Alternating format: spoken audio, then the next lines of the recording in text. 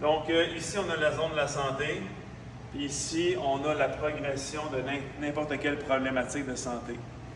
Que ce soit la maladie de Lyme, que ce soit des problèmes d'anxiété ou quoi que ce soit. Tranquillement, ça va progresser dans le corps humain et notre corps va s'ajuster, s'adapter à ce stimuli-là. Et tout sur le plan physiologique, au niveau des hormones de stress et compagnie.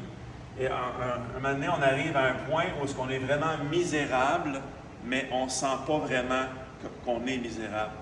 Notre énergie est très basse, nos hormones ne sont pas optimales et compagnie. Mais la zone de santé, elle est ici. Là, notre corps est en mode protection, il y a down-regulé, toutes ces façons de nous faire sentir que notre santé est à terre.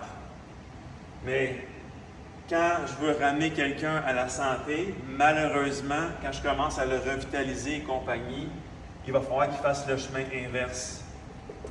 Et il va vivre des symptômes vraiment désagréables sur le chemin du retour. Et c'est ça qui se passe quand on reprend notre santé, on a des effets secondaires. Exemple, si on se détoxifie de certaines toxines dans notre corps, on ne se sent pas bien. Si on commence à attaquer, par exemple, la maladie de Lyme, puis que notre système immunitaire commence à l'attaquer, ça fait une guerre dans notre corps et on vit des symptômes différents. Pour certains, ça va être des crises d'anxiété extrêmes. Pour d'autres, ça va être des douleurs articulaires extrêmes.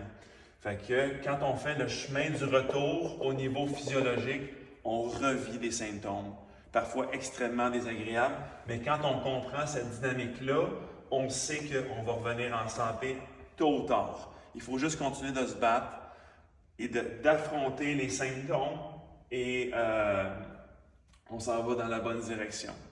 Et si on choisit de rien faire, ben tu vas rester misérable.